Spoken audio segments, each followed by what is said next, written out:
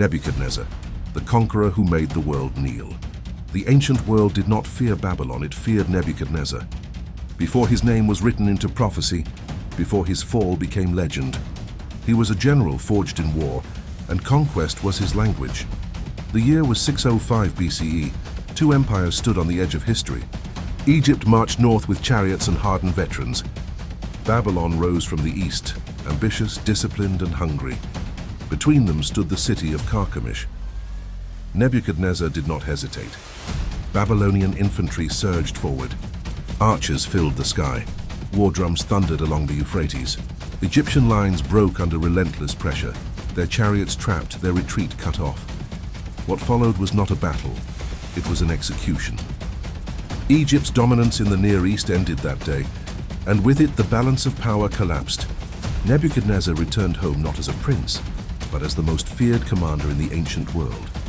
With Egypt shattered, Babylon advanced. City after city fell. Walls that had protected kings for centuries were smashed by siege towers and battering rams. Defiant rulers were executed. Survivors were marched east in chains. Nebuchadnezzar ruled through calculation as much as terror. He understood something his enemies did not. A city can be rebuilt, but a people removed from their land can never rise again.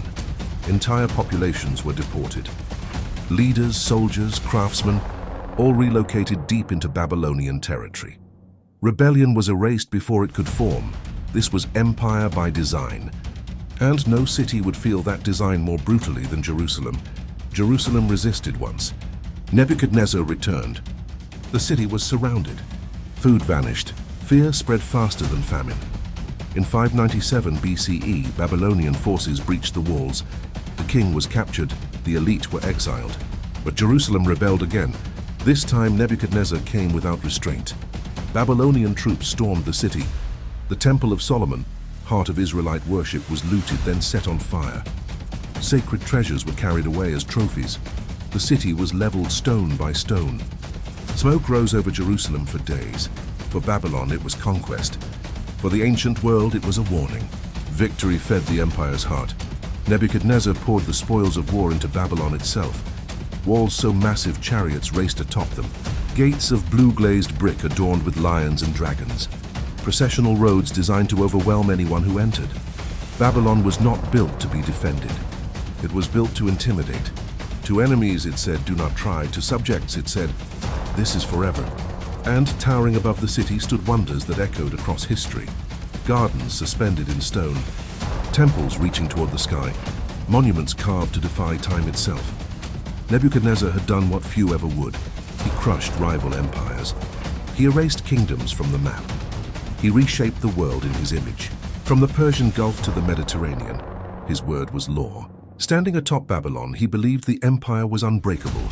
That belief would become his undoing. Nebuchadnezzar never lost a war, but he lost himself. Ancient accounts describe a ruler overtaken by madness. A king removed from power not by rebellion, not by invasion, but by a force beyond the battlefield. The conqueror who commanded armies vanished from the throne. The ruler of the world was driven into isolation, stripped of authority, living beneath the open sky. 7 years passed. No uprising, no siege, no rival dared strike. And then, as suddenly as it began, Nebuchadnezzar returned. Changed. His kingdom was restored, but the man who reclaimed the crown was no longer the same. Nebuchadnezzar died around 562 BCE. His empire endured him, but it never again inspired the same fear. Within decades, Babylon fell not by force, but by strategy. Absorbed into the Persian Empire without a battle, the walls still stood, the legend did not. Nebuchadnezzar's legacy is written in fire. He proved empires could be engineered. That fear could govern nations, that cities could be destroyed and rebuilt as symbols of absolute power. But history delivered its verdict. No king outruns time. No empire escapes decline, and conquest always demands its price. Nebuchadnezzar conquered the world, and the world remembered him, not as a god, but as a warning.